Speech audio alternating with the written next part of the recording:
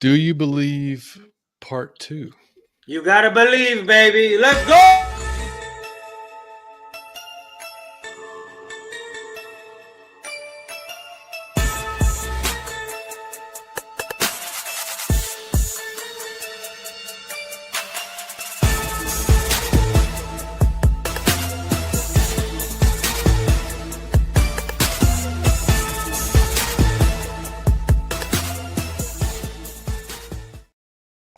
And welcome in, Falcons fans. It is episode 211 of Out of Your Falcon Mind, Atlanta Falcons Fancast. My name is John, your host, joined by my co-host, Mr. Mike Cottrell, and a very special guest, a very good friend of ours. Actually, I think probably the first person that invited us on a show when we started our show 3 or 4 years ago, Mr. J.R. Clark from Pound for Pound. Rest in peace, Pound for Pound. But damn it, that's right. Glad to have you back. Long live J.R., buddy. I appreciate y'all having me on. Yeah, man. So good to have you, man. I feel like we got Shaq back. You know, pretty cool. If only I was that tall. Oh man, that's look, hey, we appreciate y'all for watching tonight. If you're joining us live, feel free to say hey, we'll get to the chat in a little bit for sure. Make sure you say hey in the comments. If you're on Twitter listening to us, feel free, you can comment on there as well. If you're here watching us live, drop a like on the video. If you're watching the playback, still drop a like, comment, help us get out into this algorithm that, like we said last week, keeps whooping us in the ass every week. That we're still trying to figure out, JR. It's a mystery, buddy, but we're trying to figure it out. I'm sorry, I missed what you said. What are you trying to figure out? The algorithm on YouTube. Oh, you ain't gonna do it. Like it is what it is at this point.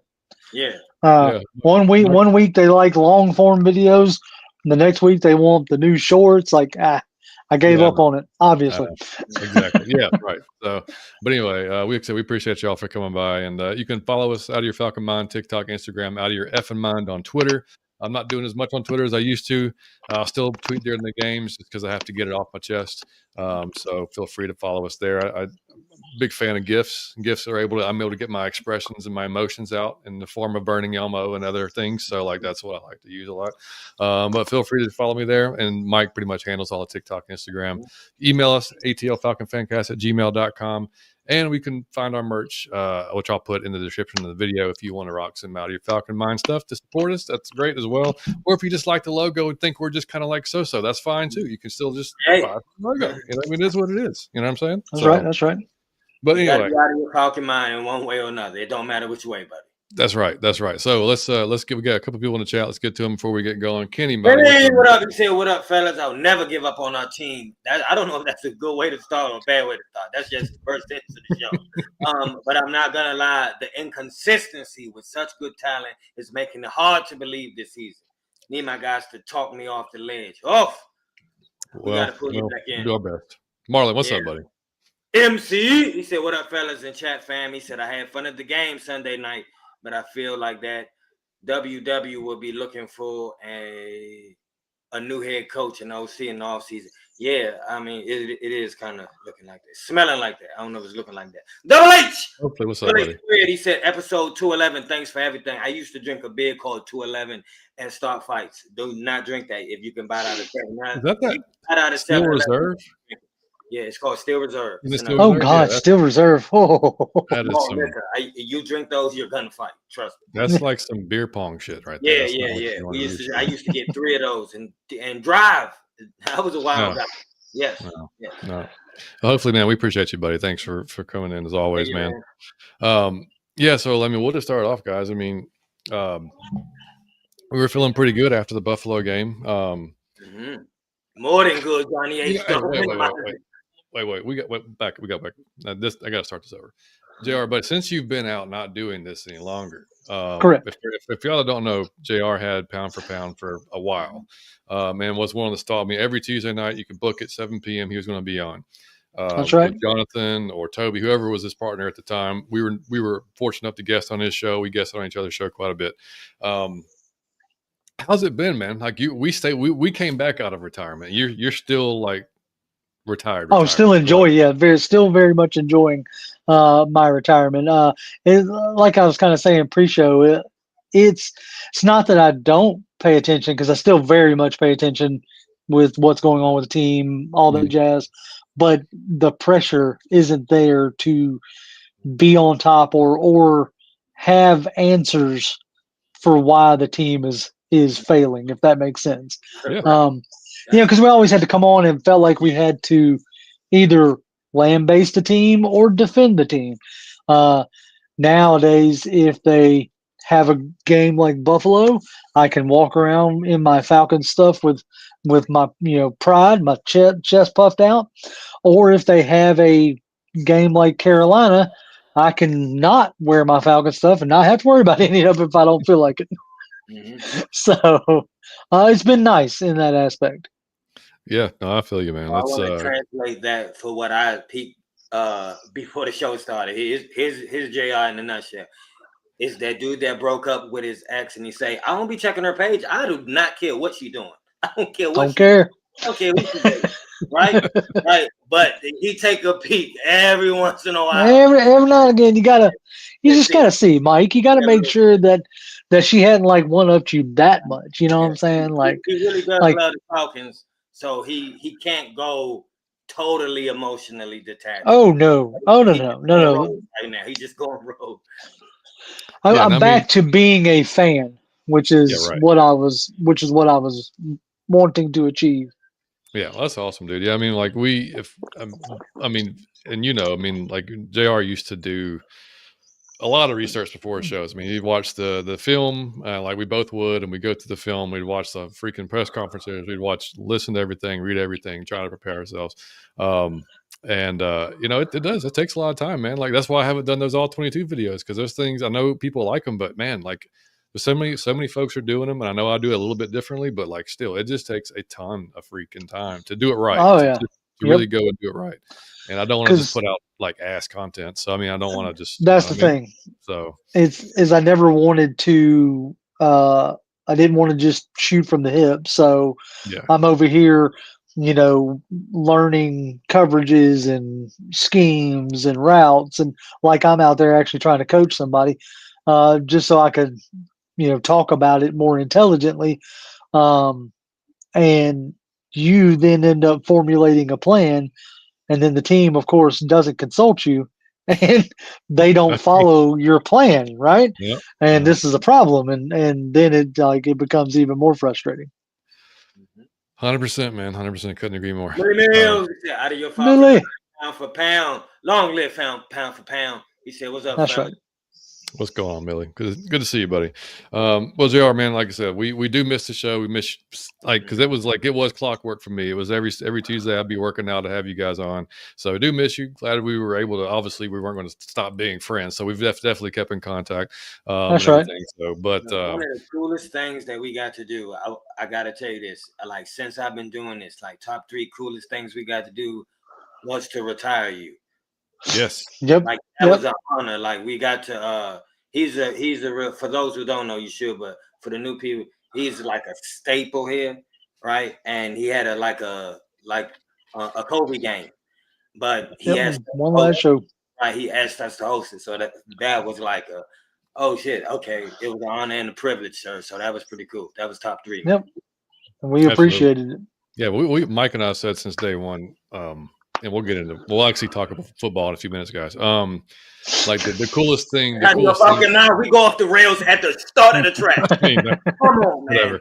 Yeah, bad week, whatever. But now it's like, I mean, they the coolest thing that we said it before, like that we got out starting the show was meeting folks like you. Like we've made friends and lifelong friends that we'll never would have met. I mean, outside of if we hadn't gotten this space. So that's right. And obviously, yeah. So that's the most important thing. And so. But yeah, we were excited, so we came back, and it's the Falcons, man. So it's like it's exciting one week, and you're the worst team in the league the next week, and so that's what we're trying to figure out this week, right? So we had 2 really good weeks against the Commanders, and just like looked like a real damn contender versus Buffalo, right? We came out there, confused them, had Josh Allen frustrated, and all kinds of mess. And then we were like, okay, we're feeling pretty good going into San Francisco. They're beat up. They're missing Nick Bosa. They're missing Barnett. They're 2 best players on defense. They're kind of beat up on the offensive line. We're like, okay, so we can stop McCaffrey, which is easier said than done. It's like somebody saying, hey, let's just stop Bijan, right? That's very hard to do. But we were feeling still pretty confident, saying like, you know what, Mac Jones, he's kind of beat up. He's the backup as well, so we can probably get to him. They're down Ricky Pearsall. Receivers aren't all that impressive. So, and then we go in and we do what we do. So, which again, if you've been a Falcons fan long enough, you're probably sitting there like, you're disappointed. You're not blown away or shocked or anything like that. But we'll just start with Penix, JR. We'll start with you, buddy. How, like, you see a ton of discourse about Penix online, about everywhere, that he's not it, he's ass, he's bad, bad quarterback, all this stuff, right? So, right. And the same folks wanted us to draft a young quarterback. They want us to develop him, and then while he's developing, he sucks ass. So, like, of course, 100%, you can't have it both right? ways. You can't have it both ways. So, I mean, we're not gaslighting ourselves in a Desmond Ritter. That's a wholly different animal, right? I mean, look, at this junction, we're what, 9 starts into his NFL career, right? Mm-hmm. Like, there's nobody that is solidified 9 starts in. And you can say, oh, JR, what about CJ Stroud? Okay, last 2 years, CJ Stroud looked mortal. He hasn't looked like the amazing rookie that he was. Oh, what about Jaden Daniels?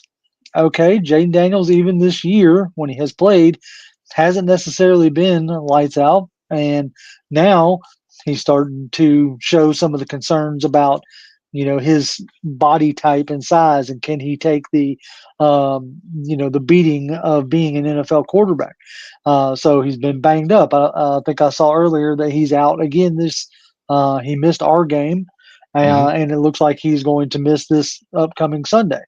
So, with that being said, you're going to take your lumps. Like JJ McCarthy didn't start at all last year, and he's been hurt, or some people consider it might be a soft benching because he hasn't looked all that great. So I say all that to say, way too early to tell, and then also to back that up with, let's take a look at the landscape of the league right now. Who are some of your hottest quarterbacks? Oh, let's see. Daniel Jones, Sam Darnold, Baker Mayfield. You see what I'm saying? Yeah. Like, guys are written off. Right. Guys who were shipped off, guys who were written off. And currently right now, starting for Minnesota is, Carson Wentz, who was pretty close to beating Philadelphia last week. So I think it's, as fans and as Falcons fans, we've been losing since 2017 was our last winning season. Yep. So we're 2 years off from a decade of losing. Man, yeah, I know, right? Oh man, I didn't mean to frame it like that. Yeah, I mean, but 2017 sounds better to me. Yeah, right. But you don't realize that it's like next year is 2026. So yeah, you're right, man. Anyway, we want it fixed now. Yeah, and that's the problem, is that if you don't give time, it will never be fixed. Yeah, I think the Browns. Right, you'll be the Browns. You'll be the New York Jets. You'll be, potentially the Jacksonville Jaguars for the longest time. But there's not a throw on the field that Penix can't make. So there, in these 9 starts, you have seen so much more flash than you have ever saw from Ritter. So I think anybody who's wanting to compare him to Ritter, I think, is a little far off base. Now, am I saying he's the next franchise? Again, time will tell. But I think he's the best shot we've had since Matt Ryan. So I'm willing to give it time. Agreed. And Mike, before you give me your answer, real quick, Big Low, what's up, buddy? Big Low. I was just thanks for coming in, buddy. I was just about to mention that the tweet that you had tagged us in this week from Mark Zeno, and this is just showing out. And we've talked about it before, but this lays it out for you, right? Peyton Manning's first 9 games, 1-8. 54.8% completion percentage, 12 TDs, and 18 interceptions. Josh Allen, 3-6 record, 52% completion percentage, 5 TDs, 9 interceptions. And Joe Burrow, 2-6-1, 65% completion, 12 TDs, 5 interceptions. So, I mean, you just can't project something onto a player after 9 games. I don't care. I mean, like you said, you can see good things, you can see bad stuff, you can see stuff he needs to work on. And Millie mentioned a few, like I just saw on the, like you're saying, basically just use his legs a little bit more, get out of the pocket a little bit more. Don't sit in there. Like there's things he can do to get better, but that's kind of the idea of the whole development thing. Like he's not a finished product. He's far from it. He knows that. Yeah. So anyway, Mike. No, I was just gonna say, to me, he's like a Lego man. I think he's just adding parts as he go, and that's how rookies develop. That's why it's called develop. That's why the word exists. 100%. I don't know that. I don't know what this spontaneous combustion thing everybody got. Like you're supposed to. I don't even understand it. I don't even think that's real because it's not Madden. I think it's create a player on Madden. I think they real life, or they so used to superstar mode, they think it's superstar mode. And but in reality, the slower you take to do that with your quarterback, the better he end up in the long run. So you always take your time with that. And second point is, if you was to plant a seed in the ground or something, it's like you would ruin it if you was trying to pull it up. If it was halfway up and you was trying to pull the petals out with your hands, if you was trying to speed it up in any way, you would fuck it up, right? That's it. And it's only best if you completely let it happen organically and naturally, where somebody make mistakes and they learn on the fly and they do something they said they wouldn't do no more, and then they remember they wasn't supposed to do it, like a natural human being would develop any type of skill you can have. So don't be ridiculous. It's not John Madden, even though John Madden is an amazing game, no diss. But he'll be fine. He's just developing as how you remember your baby crawl and then they got up a little bit, then they fell on their butt, then they got up a little bit, now they running and talking back to you. I mean, right, 100%. Yeah, I saw a tweet. I saw a tweet, which again, you take it with a grain of salt on Twitter, but they were talking about how, well, why couldn't we sit there? We already had a young quarterback in Ritter. Why can't we let him keep developing? And I'm like, oh no, that's why I say it's two different things. Is you see things on the field, right? There's a reason he's not employed right now as a starter or as a backup, like in the league, right? I mean, like there's a reason for that. And I was trying to, and Mike knows. I mean, I was hanging on. I was trying as long as I possibly could, but I was watching film every week, and then you see things just like, man, he's not getting this because it just was the same mistakes over and over. And he would say it on the media. He would say, "I've got to stop." Like you can't make the same mistake twice. Well, dude, you were doing it all the time. You know what I mean? And it's like he understood the issue. He just couldn't fix it. You know what I mean? And that's fine. That's not everybody's got. Everybody's got different levels, right? So that's, to me, this is not even a close comparison. When you look at skill sets and what they've been able to accomplish, at least at the college level, it's like neither one of them's had a ton of time in the NFL. But when you said, so we're talking about development, brings us into coaching, right? So of this San Francisco game, JR, what was what really grinded your gears the most? Well, it was the dogmatic. Like you could tell that they had a plan, and it really felt like, by God, we're going to stick to that plan regardless. And what I mean by that is, as you alluded to earlier, you're going into San Francisco.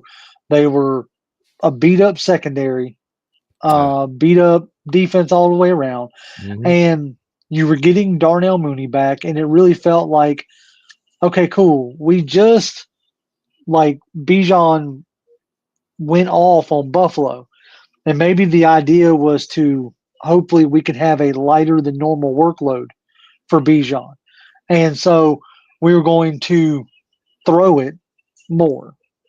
Like I said, you got Darnell Mooney back, and maybe you felt like that you could pick on the secondary more. And they just didn't move off that. even though Penix just wasn't a good day for him and wasn't seeing it very well. Mhm. And so you would have hoped that they would have started leaning into the run game a little bit more, but also when they did try to run it, they weren't making much headway. So all in all, like offensively, nothing was clicking. Um, you felt like, but something else that you got to keep in mind: this whole coaching staff, like both coaching staffs, very familiar with each other. 100%. Mhm. Like Raheem and Shanahan, Yep. obviously, uh, Sala and All together. Ulbrich, Yeah. and the amount of times that Shanahan has gone up against McVay, which is where Robinson comes from, like it was just they just seemed to have the better plan this time around. Yeah, definitely. I mean, that was just like I tweeted in the first half. I'm like, well, right now Salah is beating the shit out of Zach Robinson right now because it's not even Hmm. remotely close. I mean, it was like we had no answer for what Robert was doing, and that was even with, like I said, the guys that we were missing. And Wilkinson had definitely his probably worst day as a right tackle. Um, I mean, Mhm. Bryce Huff just ate his lunch all freaking Just night ate them long, up. and which you know, in that he definitely. I mean, they got Penix got hit more times in that game probably than he's been hit all season. Which doesn't make a quarterback happy either. Got the little bone bruise in his knee at the end of the game, which, I mean, luckily, I mean, I think he's fine, or he's not. He's okay. I think he's planning to play. At least that's the plan right Right. now, unless something else changes. Um, but I mean, like you said, it was just a one of those games. It's just like, man, like for once, like, can we like not have the game where we just get completely outcoached by the other squad? And like I understand, like it happens, it's the NFL, but and the Zach Robinson's been getting heat I mean, and deservedly so. I mean, like it's your second, but he's still a young play caller, right? He's still in his second year, That's that's the but part that yeah, that's the part that aggravates me in a sense. Like, how often did like Indy want to run out Shane Steichen? mhm. Like, how Well, often even did Shanahan earlier in his career. right? That's what I'm saying, Shanahan, and it's like as fans, obviously we just want to win. Like at the end of the day, that's what we want. We want to win, and like you were still pretty much in that game all the way up to the end. So it wasn't it's not like the Carolina game where you just absolutely got like your face smushed in, Yeah, which was inexcusable. But now, 3 weeks later, doesn't look as bad because Carolina has went on to win some games. Um, but Zach Robinson, I'm not 100% sure if he's the answer, yeah. but how are you ever going to tell? You know what I'm saying? That's the part that I Mhm. keep coming back to. You start shipping out coaches left, right, and center, you're going to be the Browns. Like you're going to be Especially if you're that doing kind of like an organization. especially if you're doing a wholesale change. If you're doing like a completely different offensive style, then the guys are having to sit back and learn something all over again. All of But yep. yeah, Mike, what about you, buddy? What was your biggest irritation with the game? Dog, I always feel like this, and I feel like this with the last few regimes. Like you gather an octopus, like you built an octopus, and you use it to like use a pen. And I'm like, bro, you got 8 arms, and you amazed with the pen. You like, ooh, I could write with a pen, and I'm just like, yeah. Then why go get 8 arms? Like, why go get 8 arms? And I feel like that for the last few years. Like, dog, this could be. I'm not saying it. I'm saying could be like that greatest show on turf. Hmm. And the only reason I'm saying that is because you don't know who to stop. It's so if you're creative in any way, you can use that a million ways, right? Per formation, a million ways per formation. And the fact that you see it still limited, I'm like, dog, he has a very hard job that he has to learn and study from per game. So you expect it. But the basis is you got to be creative.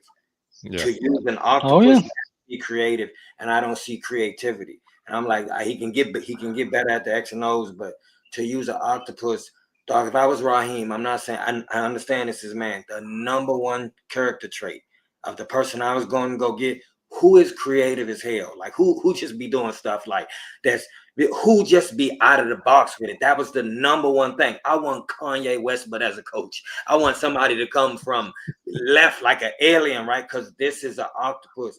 And when you see it, and that's everybody is like, it's like man wording it in their own way, but everybody's saying the same thing. Where's Kyle Pitts? How come they didn't use both running backs? How come it wasn't a deep threat? They always saying, where's the octopus? You got 8 arms. So why are we writing with a pen?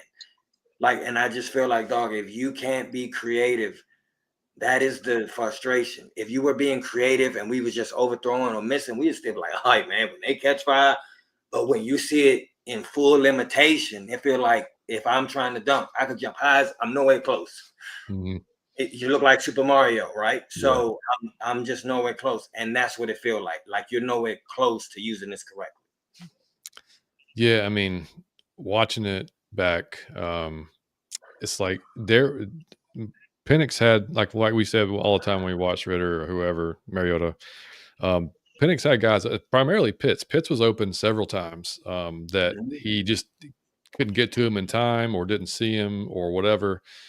Pitts probably had the best game of anybody. I mean, like he could have been even better had he been found a little bit more often. But like it's the OC, specifically Zach. So he comes in, you got to deal with Kirk Cousins who barely can move, really not operate the offense that you really want to operate, right? So you got that to kind of deal with and work around and kind of see how we can do this. And it worked pretty well, right, for a little while until it didn't, until Kirk went off the rails and started throwing picks to everybody. Then you bring in Penix. So now you got a young guy that you're having to bring along into the system, completely different, can make it, like you said, JR, can make every throw, but has different, not want to say liabilities, but has different weaknesses than what Kirk has. Now you're having to, and that's but you got the QB coach, TJ Yates, those guys to, I know he's not QB coach anymore, but like, you got the guys in the room. Yeah, KJ Black and Doug Williams, and right. You got a pretty deep like QB coach room. You sure do. Yeah. And then to couple it with Kirk in the room with him, Kirk's not going to sit there and just be quiet. Like he's not going to be a dick, so, I mean, so it's like, I get the challenges that he's had, but like Mike, you said, it's like, man, I just need the 4th and 1 call. I mean, I know if it works, great, but I mean, you heard the San Francisco corner say, man, I knew that was happening. I saw Drake go in motion. I'm like, oh, well, they're going to run a quick out. And he beat him to it. Like you can't and Bijan's not on the field and they're in that situation. It's like those things irritate you, not kicking the field goal or not trusting your guy to kick a 52-yard field goal and going for it. I don't mind going for it, but again, like what play are you going to use there? Like, but also it's a close game. So like if you don't feel confident in your kicker kicking a 52, you need a new kicker. Like, right. Like if they don't, I'll say this right off the rip. As far as however the season ends up, if they don't get a nail this kicking thing this offseason, between that and a consistent number 2 wide receiver, those should be pretty high on the offensive side of the ball, and then added linebacker depth, obviously, because when Divine went out with that broken forearm, you could see that put a hurt on us. I'll be interested to see how they respond to that. Like what adjustments do they make, either scheme wise or what have you, with going into this week without Divine in the game. Yeah, and asking JD Bertrand to cover McCaffrey. Whew. Yes, yeah. Not quite the same. No. It's not his fault. He's just not Divine Diablo, man. Like he's not that fast. No. He's not. It is what it is. I mean, he's a backup, right? And that's what he's been. So he hasn't been pressed in the service all that often, and you can tell that. I hate to say it like this, but the concussion that he got probably has like not lingering effects, but he now wears that Guardian helmet, so that's something that is probably on his mind at least a little bit. Yeah. So, No pun intended. yeah, right, exactly. Hey, Brewski, wah. What's up, buddy? Good evening, fellas. Hello, JR. Pound for pound. Long live pound for pound. I hate we're wasting our players' talent. See, we're not using the octopus. Everybody worded differently. We're better than this. He said, let TJ Yates call some plays or something. I'm with you, Brewski. Let something happen. Hey, man, we appreciate you, Brewski. Thanks for the super chat, man. Yeah, I mean, I 1 second, John. I got a question for you, JR. I got a good one for you. You've been away, you've been chilling, you haven't been answering any hard questions. I got one for you. You What's need the perfect, I would say from any time in history. You got to get an OC perfect to use this octopus from any time in history. Who uses this perfectly?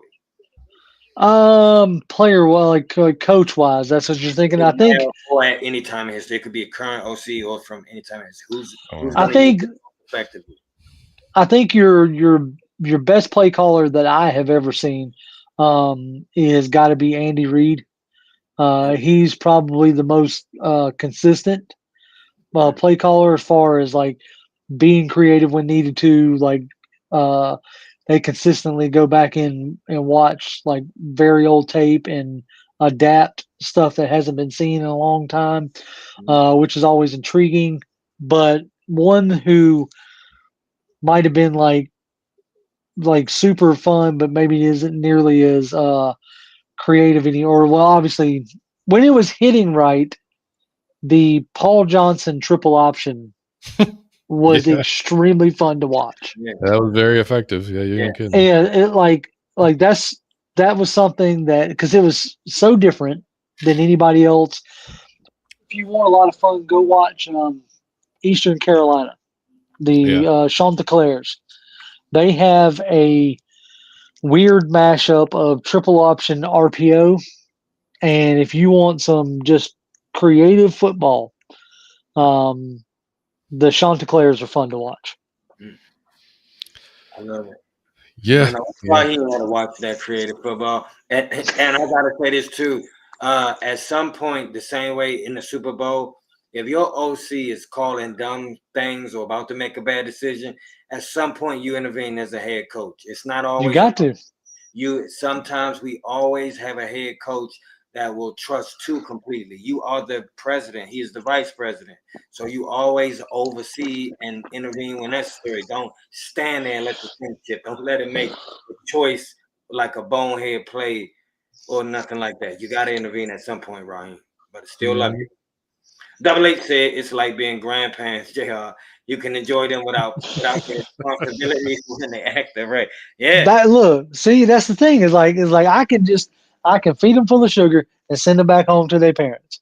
Like if they're doing good, I can high five everybody, and if they're if somebody comes up and asks me what happened at the game and they after the Panthers game, I can just all I gotta say is, well, I guess they forgot there was a game that day. Yeah. And I can keep it moving. I don't have to waller in it anymore. Right. So that's been the best part. No doubt about it, man. So I got to ask you both the question. The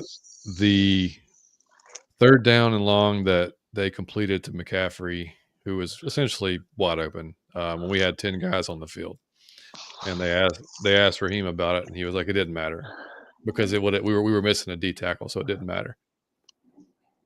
I'll tell y'all what I think in a second. JR, what do you think about number one? How does that happen? And then, do you agree with Raheem that doesn't matter that it was that guy? Or it's hard to say that doesn't matter, right? Because everything is married together, D line to linebackers to coverage, right? If you don't have the D tackle on the field, you may not be able to heat up Mac Jones. Like if you can heat up Jones, then maybe the pass is a little different. But how it happens with the not enough guys on the field, with the 10 guys on the field, is you're making that call, like Ulbricht's making his, he's calling the play.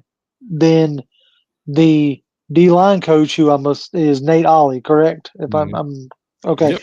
So Nate Ollie's calling for whatever package that he's. So somebody just didn't hear a particular package, right? Hmm. Or they made the mistake that, oh, that's not my package, when it was, in fact, their package. It happens. It's going to happen to the best of them, right? But to act like that doesn't matter. I understand what he's saying. Like the D tackle isn't stopping McCaffrey, which is probably where his train of thought was, Yeah. as far as saying it didn't matter. Like, oh, a D tackle isn't going to, stop Christian McCaffrey, but this whole unit, like especially the defensive line, what they have done really good this year is rush as a unit. And if you're missing part of that unit, then you're not going to be as effective. Yep. So, it does matter, but I understand or at least I think I understand what he meant. Yeah. I think it was more along the lines of a D tackle ain't stopping McCaffrey. Mm-hmm. About you, Mike? No, I don't think. I think that's you can't say that. I don't even care if that's how you feel. You can't say that because being a head coach, you have been. I'm being honest. You have been a poor head coach so far. So the nerve of you. You should probably watch what you say even closer, and you shouldn't say anything like what you said because you've been poor so far. Two is whenever we have gotten into a game where the coaches were fighting. It was a coaches thing. It was between them. You lost 100% of them, 100%. So you are the kid who was good in your high school and you in college now, and you don't seem to be prepared. You seem overwhelmed. And we was all rooting for you because of the person you are. Then you are bad at your job. So you should be extra careful about the stuff you say. It's like if you borrow money from somebody, you should be careful about the stuff you post after that. You can't. I must don't be posting a picture of Ruth Chris. Is that what you're trying to You say? have to be extra conscious of the, hey man, always somebody's birth. I'm at the bar. I'm at the you on borrow money. You borrow from Life is somebody. great. So it's the same thing though. It seems like he not self-aware. You are poor. Like you are poor at this so far. So be Yeah. self-aware and be humble. So I don't feel like if that's how you feel or not, who cares? But you never say that as a head coach. Never. I agree with both of you. I don't think you say it out loud. And JR, I think that's probably what he meant. But you're right. Like, dude, what if that D tackle gets a hand up? What if he knocks a pass down? What if he gets to the quarterback? Right. Like you said, what if, there's so many things that can, he's not guarding McCaffrey, but for Christ's sake, man, there's a lot of things that can happen that dude could have did, or he could have brought to That's us. right. So to shove it like kind of just like, didn't matter. Yeah, to be dismissive of it. Yeah, that's where, like, the best coaches, like, I understand, like, Raheem is trying to be more like transparent and not just do coach speak. Yeah. But there's coach speak for a reason. Yes. He did say, like, it's on me. I take full responsibility for it, which is cool. That's great. Oh, yeah, it's fine. Whatever. Yeah, it is on you. Yeah. But he did the girl thing. He did the girl thing where it's like, you know what? I'm sorry for what I said, but I wouldn't have said that if you wouldn't have said what you said to me. That's what he did. That's what it is. That's exactly what it is. If you're going to own it, just own it and say, you know what? That was a bonehead thing. I have to be better than that. But don't say, right. I got to be better than that. But it kind of wouldn't have mattered no matter what. Like John said, and what would have probably happened was if the dude didn't even get there, it would have at least affected him mentally to rush the pass. He wouldn't have took time to go that. He would have probably chose a different guy to throw to. So you never know, but you don't say that either way. Yeah, that was a backbreaker, man. If we hold them to 3 there, we have a chance to go down, possibly take the lead at that point, and it's like, so it's just like, it's little things like that. It's just like, we're right there. It's like, even as bad as that offensive game was, like JR said earlier, we were still in it. We were still in it at the end. Like, so as bad as it was, right. Like, you could have, well, Raheem said something that is very true. good teams know how to win ugly games. Yep. And right now, we're not a good team. Like we may not be the Marcus Mariota / Desmond Ritter led Falcons. Like I'm still holding out hope that we wind up with a winning season, Yeah. Right. but which was always my hope this year anyway. Mm-hmm. With it being Penix's first full year starting, what I was hoping for was consistency, which we have been better. Like it's always jump off a bridge after you lose, Right. but consistency, and a winning season was my like realistic high marks. And so I think that you just have to. And I lost my point. I lost where I was going with that train of thought. You were going to the moon, baby, to the Super Bowl. This is that rust. Okay, this is that rust. My train of thought got gone. But yeah, I still think that these are experiences. Not really a good team. Yeah, yeah. Right. Yeah. Well, these are the experiences that you build on, right? I would have loved to have like pulled that game out. That would have shown a step in the right direction. Mm-hmm. Being able to grit out a win, being able to win a game when everything wasn't necessarily going your way. Yeah. So, but I think it was Locked on Falcons with Aaron Freeman. Like he, highlighted, which he probably took great joy in just highlighting how good Pitts played in a loss, right? Yeah. It just seems like a joyful thing. But that was progress. Mm-hmm. And, that's something that I hope they continue to build on. Pitts the past few games has looked really good. Yep. So whether it's him trying to earn a contract, it doesn't matter. I hope he just continues to build on it. Yeah, yeah, and I'll say this. I mean, the defense. I mean, I tweeted out during the game when it was, it was late in the game and they only had 13. I'm like, for all the hell that McCaffrey gave us that entire game, and he gave us a lot of help, they'd scored 13 points. You know what I mean? So like, and trust me, we have to get better in the run defense. I think that's pretty obvious from week to week. But I mean, the points weren't there. I mean, like they were running over us, but I mean, they'd scored 13 points. So like, it's on the offense to kind of do their part and pick it up the pace a little bit. And it is kind of it's a vast difference from when we're away, when we're home. Like we score a decent amount when we're home. We're in the 20s. You know what I mean? When we're away, it's 10 points. You know what I mean? If we're lucky, 10. I mean, so like, I don't do it or not, we're 3-3. We've had two away games. Yeah. No, wait. Okay, yeah. Minnesota. Was Minnesota away? Yeah, that was at Minnesota. And okay. Well, we won pretty handily at Minnesota. That's true. Yeah, that's true. And then so you obviously got blanked in Carolina, and then 10 points on the road with Penix or with out in San Francisco. And I think the vast majority of that is still like young player, young in this league. He's not 21, obviously, but he's young in this league, has yet to make a full season worth of starts, and he should continue to get better, I would imagine. Mm-hmm.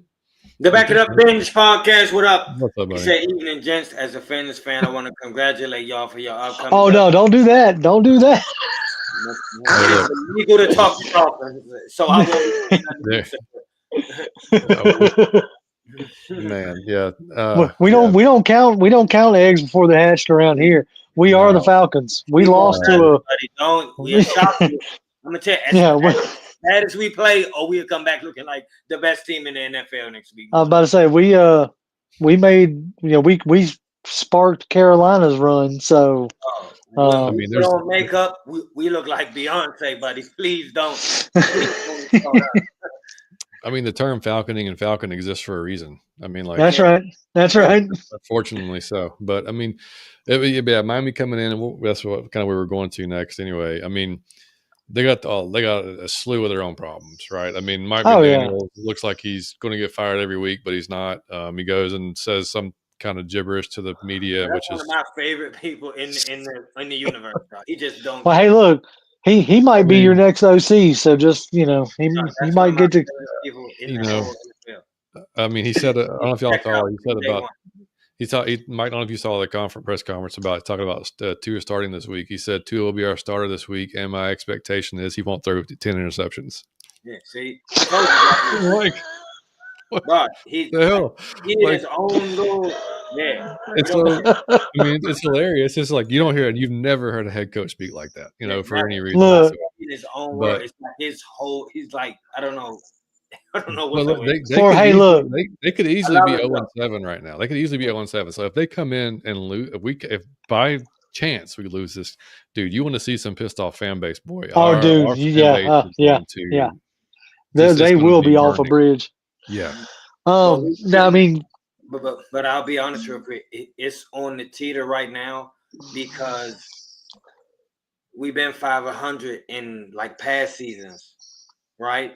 And that's always man, we look like shit. It's not. So how you get a way better team, and per year, it's like having a way better product and achieving the same result. We always seem to be at 500, right? every year. Yeah. And it's like, dog, we don't sink, but we don't fly. Like, so we just we don't rise. That's it. like, bro, this is the most frustrating one because if I was sinking, at least we get some action. But I'm trying to fly off. But the floating is just we got all the tools to make the playoffs or to be a strong team or to be an exciting team or to score 35. And sometimes we do these things, and sometimes we don't. So you never know. It's the Falcons though. It's no other team like it's no one else does this. I think they should do a medical study on all Falcon fans on the heart rate, blood pressure. It's all going to synchronize. It's going to look like a song. Because of the Falcons. They take us up, down. It's all going to look like it's all going to be in order because they control our emotions on some crazy scale and they don't make any, they are not consistent. They are consistent at being inconsistent. But we love them. Yeah, that's what's maddening is just because it's you don't know from week to week. It's like, and that is part of being a young team. That's part of having a young quarterback. It's part of having a young play caller. Those inconsistencies can happen, but it's just bad timing. Like JR said, we haven't won since 2017, so it's like the fans are just freaking itching. It's like we thought we might have had a chance with Cousins. That shit went sideways. Then we're like, man, Penix looks like he's the real deal. We got this defensive guys. They look good. Bijan may be the best player in the league. Drake's coming out. Pitts is looking great. What the hell? Like that's what everybody is. It's just kind of like this should all be coming to we should be getting better. Like Mike said, we should be getting better now, but it's just kind of still staying the same with the inconsistency. But keep in mind, the NFL is a crazy league, even as it is, right? It wasn't but about 2 weeks ago, and they still might run Jalen Hurts out of Philly, and he won a Super Bowl last year. Right. You have, as I alluded to earlier, Daniel Jones looking like he could be a league MVP. Yeah. So this has been a wacky start to this season. It has.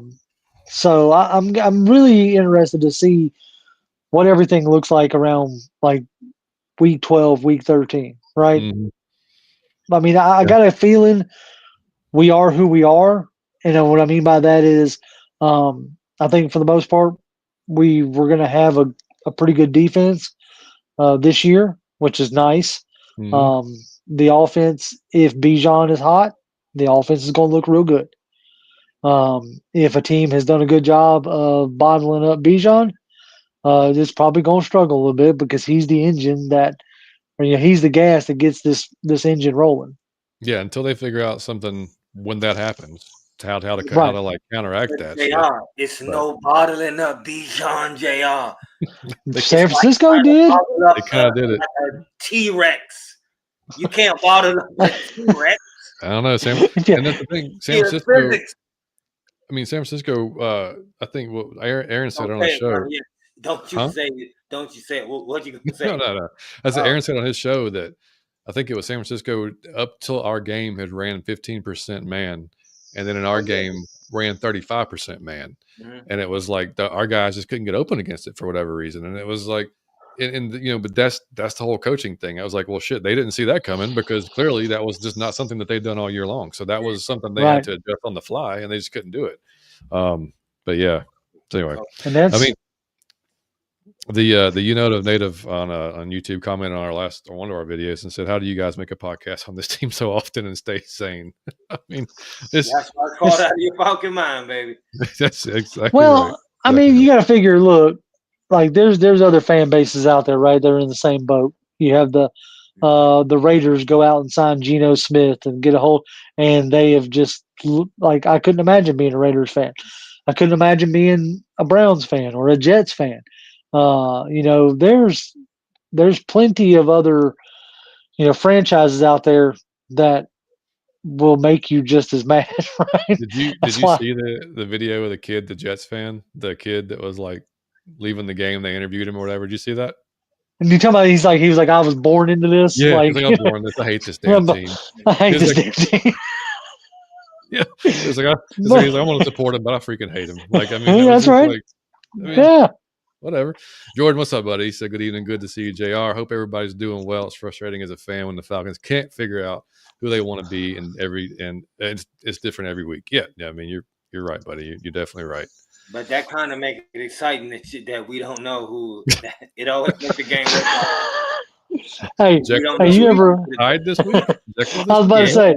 I'm gonna say it's like dating a girl who can't remember to take her meds. You know what I'm saying? Yeah, you don't know who coming through the door. Bipolar. That's hell, man. Yeah, that's right. Oh, yeah. So it's kind of cool in a weird way. Millie Mills said we knew CMC was coming and was going to play a major role, and we did not about it. I think we tried to do something about it. I think that's the sad part. I think we just couldn't tackle.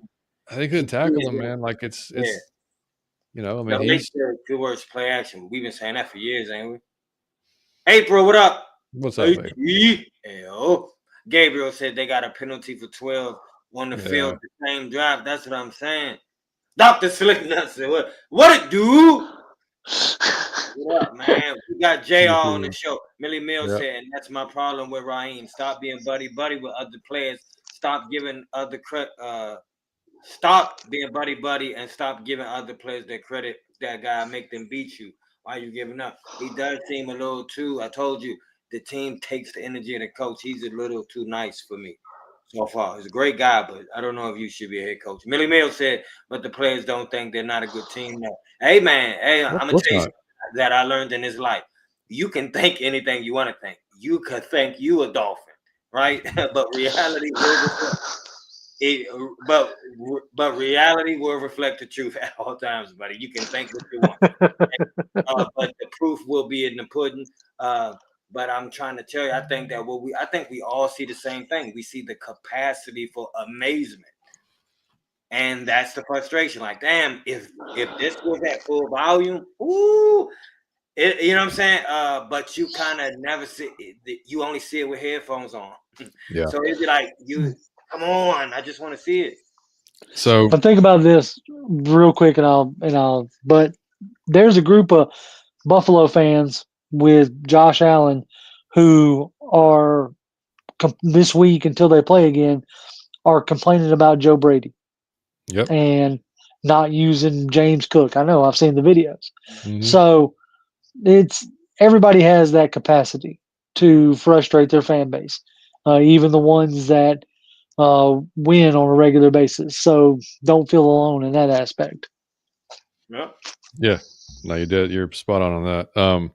So, I mean, JR, where's your confidence level just in general with the coaching staff? Like, I mean, Raheem, are you firmly on the fence? Like, I don't know yet. Or are you a little leaning positive, or I don't know if he's going to be the guy, or just not enough to tell you? I think, okay, I'll put it like this, and I think I made this comment on, may have been under Lowe's post or whatever.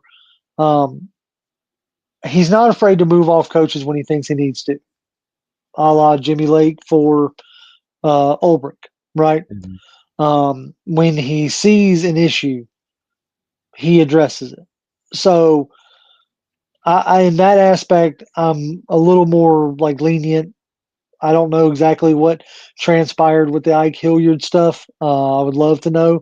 But then you also have Ray Ray either. I was about to say, then you have the Ray McLeod instance. So I think he's a good like CEO type coach. That is only, well, like I said, second year into his second stint as a head coach. So I'm willing to take a wait and see approach. But like, do I think firmly today that he's going to bring us a Super Bowl? It's hard for me to say that because there's so many variables. It depends on does Penix pan out. If Penix pans out, he has won a Super Bowl. Raheem Morris won a Super Bowl with his defensive play. So, does he have the capacity? Yes. Do we wish he would use some different like coach speak at times? Maybe. But I'm sure if take a class on clock management. Well, I mean, not that. Look, all of them can do that. Like all of them. I say, as our coach, we highlight his deficiencies, but they all have them, right? Yeah. Again, Philadelphia ran out Andy Reid out of town, and Indy up to this year wanted to run Shane Steichen out of town. Yep. It's winning cures all. If he starts winning, everybody will get off his back. It's as simple as that. Yep. And we also, but not the backtrack again, we also failed to mention the end of the first half when we got 0 points out of Darnell going out of bounds, or should have going out of bounds. He stayed in bounds, should have went out of bounds, stopped the clock. Then we get up there and Penix makes the throws it out of bounds. We still in the pocket and run, then has the runoff. Like that type of stuff. I mean, like, no, that three's not guaranteed, but we were firmly within range at that point, and it would have right. We should have come out with 3. Yeah, should have been 3. So it was just like that's what was frustrating about that. There's so many little things here there. It was just like, man, we did this, we did this, and we did this. We're firmly in this game. Maybe win this game. It was just. But on the Darnell Mooney thing, right? How there was a couple plays last year where he makes one shake and he's in the end zone. So there's part of you like same thing with the Drake London. Yeah. The Buffalo game, right? Yes, would you have loved him gone out of bounds so that you could secure the points? But had he gotten into the end zone, like that's that whole if a frog had wings, it wouldn't bump his ass when he jumped. You know what I'm saying? You can but if all day long, right? So I can't fault him, but yes, I wish he would have went out of bounds. Like that's when the receivers coach should have been on his ass about, hey, get out of bounds. Yeah, we got to get out of bounds. Yep. Fred Butts, what up? Fred. He said, "What's up to JR?" Not us, buddy. What up? Hey, I'm gonna attempt to plug my phone up. I'm down to like 17%, so I'm not going. I'm just gonna try to get a cord. No, you're good. So, yeah, Mike. So we've got after this week, we've got the Patriots. All right, so we go to New England. Okay. Then we go across the pond to play the Colts. Okay. Then we got the Panthers again. Then we go play the Saints. Then we got the Jets. Okay. Seahawks. Okay. Bucks at their spot. Okay. Cardinals at their spot. Okay. Come home and play the Rams. Oh, okay. Finish off against the Saints. Okay. Oh, that's a good Christmas present. So, I mean, we need to win, I would say. Bodies, John. We going undefeated from here on out. Mike, put the drink down. Put the bottle down, Mike. I'm going to draft picks. I'm putting the house on. No, please don't. Don't put the house. Unless it's a very small house. Like if it's a toy house, put that on. But not a real house. Don't do that. There's a solid chance that we're going to win a couple of these games that we probably didn't think we were going to win, and we're going to lose a couple that we probably should have won. That's probably how it's going to go. Like the DUI line perfectly. You just walked the DUI line perfectly. I mean, like we need to win at least 7 of these last. Put up there just now. 7 gets us to 10 wins, which should get us in. I just want a winning season. Can we just get a we haven't had one of those? Okay, run it back. All right, let's say we win this week. Yep. All right. Should win this week, right? Yeah, so that would put us at 4-3. Yep. Then you say we play the Patriots at the Patriots, which is who knows. I mean, at the they're Patriots. That's a definitely a better toss-up. team. Definitely a better But team. let's just say that's a loss, right? Now All we're right. back to 4-4. Colts. We go across the pond. Let's just say that's a loss. We'll say 4-5. Okay. Who's after the Colts? Come home and play the Panthers. All right. Let's say we get back. Yep. All right. So now we're 5-5. Okay. Go to New Orleans. All right. Say we win there. Mhm. So now we're 6-5. Go Okay. to the Jets. Better not lose to the damn Jets. I don't even care. Okay. We're good. Right. So we'll say we win there. We'll say that's 7-5. Okay. Seahawks come to our place. We probably lose to the Seahawks. That could be a toss-up because it's at home, but let's just say we lose because Sam Darnold's been playing really good. Jackson Smith and Jigba is like on a tear. So let's say we lose there. That's 7-6. Okay. Go to Tampa Bay. All right. Let's say we get our get back because it's a divisional game. Let's say we get our get back, right? So that's 8-6. Go to Arizona. Say we win that one. I got feeling pretty good about, even though it's a West Coast trip. Let's say we win against Arizona, so that's 9-6. Rams come see us. Okay, we lose that one. Matthew Stafford, teacher, pupil, Sean McVay, Zach Robinson. So that's what. So we're at what 9-7 now. Yep, and then we finish with the Saints. We win that one. Yep. I'm saying 10-7. But the way he started off, he said like it's a toss-up, so we gonna just say it's a loss. I had to strike you right there. He said that was number one. He said it's a toss-up, so we just gonna say it's a loss. By the number one, I said, good. All I'm he saying, was serious when he started the show. He was serious when he started the show. I got a chill when he started. I will say this. Oh, JR, this is the coldness you do that's with now. With our comments. Fred's saying 12-5. I like it, Fred. I like it, Fred. I mean, look, don't get me wrong. I would love it. Look, is there a chance that we can go up to Foxborough and beat the Patriots? Sure. This is, again, the second year of Drake May starting, right? Our defense has played well. Yep. Their defense isn't overworldly, right? But so it's going to constantly like do this the whole year. I think so. Like honestly, until the team can show me more consistent. It right. should be the Lady of Justice. Like at most, I think at most you get kind of like the Commanders Bills. There will be a couple spots where you get 2 wins in a row, and you'll be like, "Oh snap! Here we go! Oh, it's going to turn!" And then here comes the Rams or somebody, and they bring you back to reality. Yeah, I mean that run of domination that we had with Shanahan and Ryan in that 2016 is not the norm. We can get it back, Johnny. Not the norm, buddy. Look, how about this?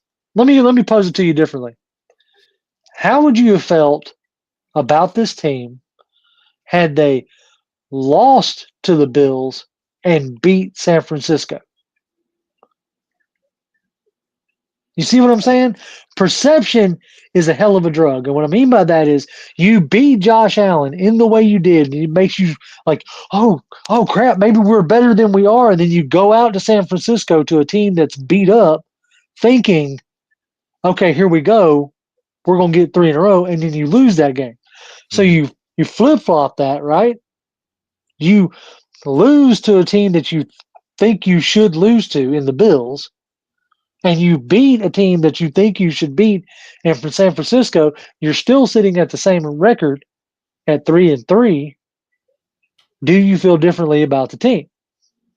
So that's how you have to kind of weigh this stuff. It is any given Sunday. Hey man, if a tree falls in the forest, we still going to the Super Bowl, buddy. I'm gonna tell you that right now. I don't think I don't think your metaphor really works there. I missed you, Mike.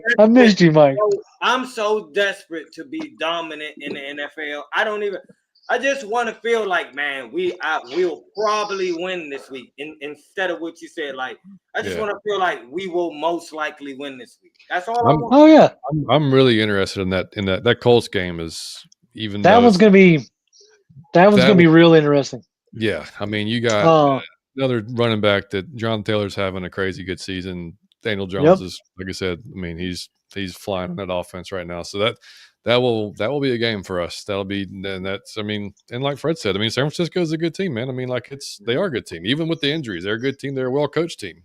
You know, so it's like, I mean, it sucks, but I mean, you know, it's just I like think I said, just keep on like slowly doing this. I truly think that. I think it's just. Hope so, man. Hey, man, Nick we said are he missed you, playing JR. hard teams. Like we are playing hard teams. Yeah. Yeah, it's not. I mean, we looked at the schedule, and like that's why, like in our show, like we never really. I don't think you guys either really played the schedule game where it's just like you can't. I mean, like because you don't know what's going to happen until like the season starts, and like 'cause nobody saw Daniel Jones doing what he's doing. Nobody saw.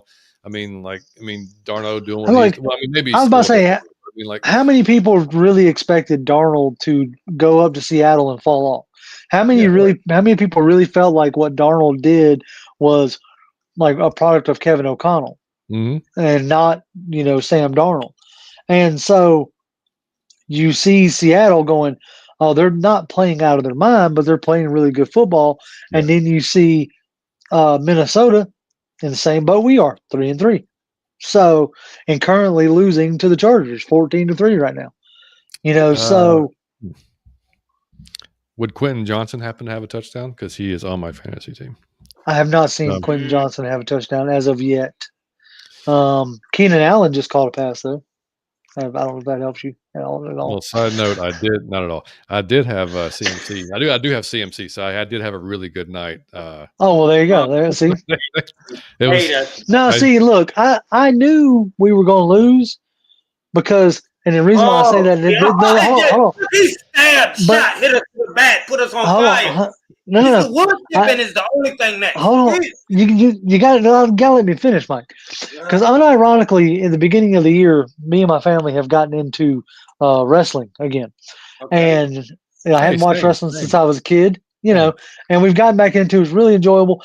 And before the game started, there was like 4 or 5 wrestlers there at the game, and they were all like supporting the 49ers. And I was like, oh, we're screwed.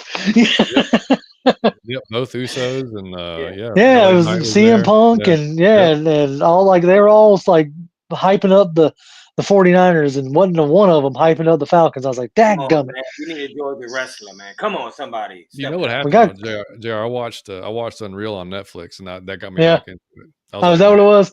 It was. It was back into it. It was unironically, it was the through Twitter. Because a lot of the people that we inevitably followed or followed us, apparently were also wrestling fans, and they were posting stuff about Cody Rhodes, and I ended up getting sucked back in that way via Twitter. And when he, won the title, not this past WrestleMania, but the one before that, I was like. It got me, like it reminded me of what I enjoyed as a kid, and then we've just unironically got back into it. So it's been a lot of fun. That was a commercial for letting go of the Atlanta Falcons. He I had to replace it with something, right? I just rode a magic carpet. He just let go of the Falcons. That's all he did. Just let go of Atlanta, and you see how the universe is like pleasant, stress free. See how that's right. Life now. Just float, Mike. Hey, look, I can't control it, so I might as well enjoy the things that I can. I'm gonna tell you, I'm gonna let go one day. No, you ain't. I'm gonna let go right before I'm about to die anyway. That's right. Dude, Mike, we'll be texting each other when we're 95 years old on Sundays. Like, yeah. Dog, I will. Dog, I really do mean this. Like, I am coming to grips with. I don't like to think that I have a dream or a vision that I can't achieve in my lifetime. I don't even believe in that, right? But I'm really coming to a realistic term that maybe, just maybe, I won't get to experience the Falcons in the Super Bowl. Like, or win a Super Bowl in my lifetime. So that's really an experience I would like to have. I think I would never forget. It would traumatize me in a good way. I think I would be euphoric for days. It would be like a free. Oh yeah. I would go to I would be in the street, like we wouldn't go to sleep. I think the whole the specials on food and the way the bars would be, and it would be, and it would be. Oh my God! I just think it would be. I really would like that. I do know how I would be on the opposite side when they lost. I've experienced that. I would love. I would love to experience the other side of that. Yeah. So I would love to experience the other side of that. What you mean? Maybe.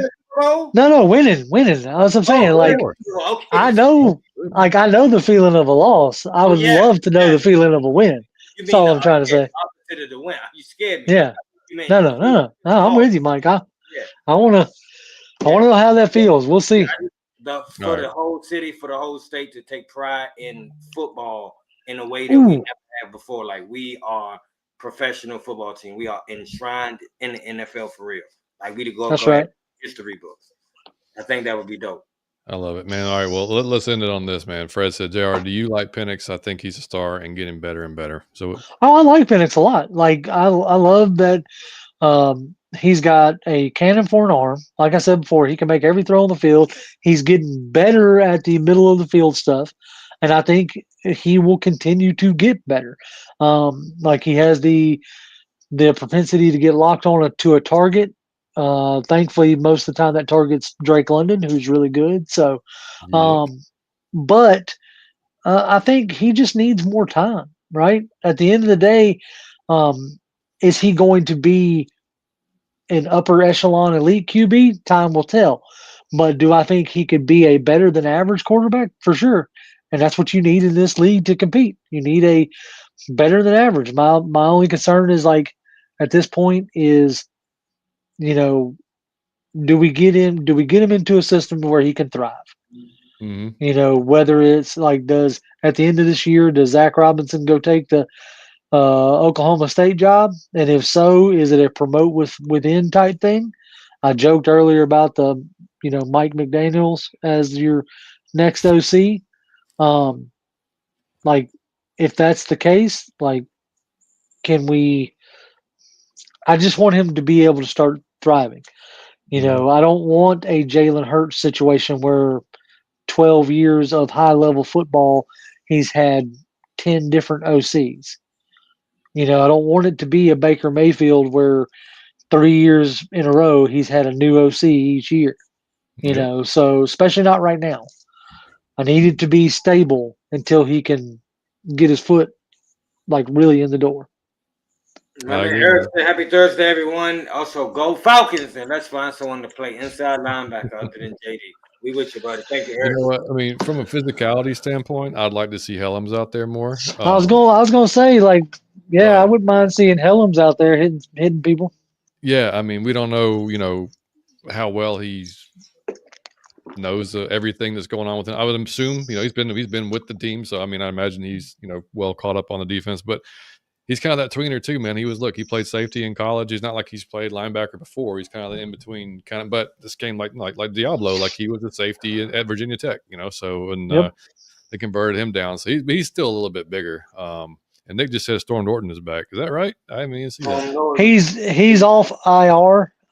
They have not announced that he's starting at right tackle. I think everybody just assumes, especially coming off the fact that Wilkerson had a bad game. Yeah. Everybody just assumes that Norton's going to be put in that right tackle spot, but I haven't seen anything that indicates that just yet. Yeah, well, I mean, hope so. I mean, if he's healthy and ready to go, then it'd be. And Eric said he was a full participant today. Well, good to hear, man. So that would be nice to see, because I mean, no slight against Wilkerson. That's not his position, and he got ate up by a really fast, freaking bull rushing defensive end. So, look, he's held it down for 6 games, and to the point where you forgot at times that Wilkerson was even the right tackle, which is what you want. 100%. So, and we know Jake's gonna be back out there. So that's a positive. hopefully, like I said, hopefully Mike's knee doesn't bother him enough where he has to come out. He can stay in there and play the whole game. And hopefully the line keeps him clean. He doesn't have to worry about it, And Right. so either way, like we said, man, it's a beat up Dolphins team. Just mentally, it's a beat up Dolphins. I was about to say morale wise, like not physically, just mentally. They're kind of going through it right now. So we just have to let them keep going through it, and we can't. I was about to say encourage them. Yeah, we don't need to be their get right game. No, God, no, it's not, especially not. So anyway, man, I got a question. Hold on, John. One second. Yeah, buddy. I got one last question for you. What is the percentage from 1 to 100 that because man, we know it's possible. Man. Anything is possible through Christ. So we know it's a 1% chance at least, right? But in your opinion, what's the percentage wise the team catch fire this year, be dominant this year, tear through the league this year, and go to the playoffs confident and dominant this year, percentage wise? Oh, Johnny Yates shooting. You see how they riddling at me with gunfire, y'all? I'm trying to rise up like the logo say. They riddling me with fire. Sorry, they are. Give me a percentage, buddy. I would say that there is. I would give you a better than 50. I'll say a 53% chance. Okay. Yeah, I mean, I think I think there is a better chance of them catching fire.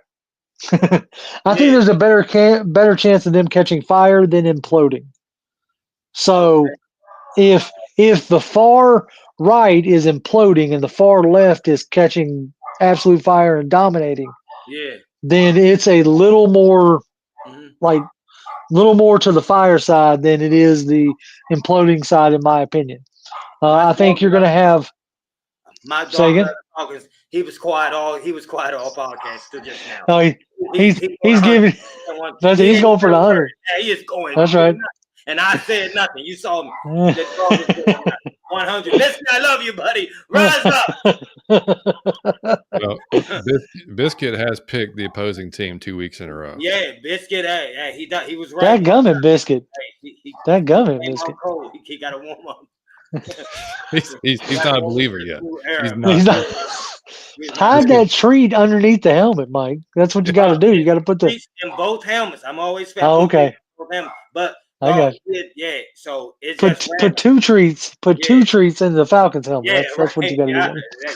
There you go. Exactly. Fred said, "Jr, are you coming back?" Oh, that's the Nope. Anything is possible through Christ. It's at least a 1% Look, I'll come back when people invite me. But as far as like me setting up and doing a weekly show, I haven't. You got to be honest, Jr. If we went to the Super Bowl, would you do a special edition pound for pound episode? If we went to the Super Bowl, I would probably have to. Like I think that I would have to do. Like I would probably because like if anybody's noticed, like I guess you could say never because I haven't actually deleted the channel yet. Okay. Like I still have access to it. Our videos are still there, but I don't. Obviously, it's not active as far as me posting anything. But if we went to the Super Bowl, I would probably have to do something, especially if we won. If we won, I'd probably do one last show kind of thing and then delete the channel and just like right off on top. I love that. That's awesome. Well, dude, man, we appreciate you coming in tonight, man. It's been awesome. Yeah, man. It's been great having you, buddy. And we're up at 120. We'll play some games next show. We didn't want to like keep everybody here for 2 hours. Yeah. Yeah, man. So let's get a win on Sunday. Let's get back to that's right. Back to doing it right. That's right. So we can go up to New England and get a win there before we go across and go take a long flight in a very good, positive manner. That'd be a great thing. That's right. A great show, guys. Hope everyone has a great weekend. Have to get this win on Sunday. We will, buddy. We will claim it. Yep. We'll be back. Yeah, man. We'll be back next Thursday, 8:00. We'll hopefully be talking. We will. We talk. I'm gonna be confident. We're gonna win this game. We're winning this game. There you go. We're not winning this game. At the last second, he hit the buzzer beater face. The buzzer beater face. I love everybody. There it is. Out of your fucking mind. Peace.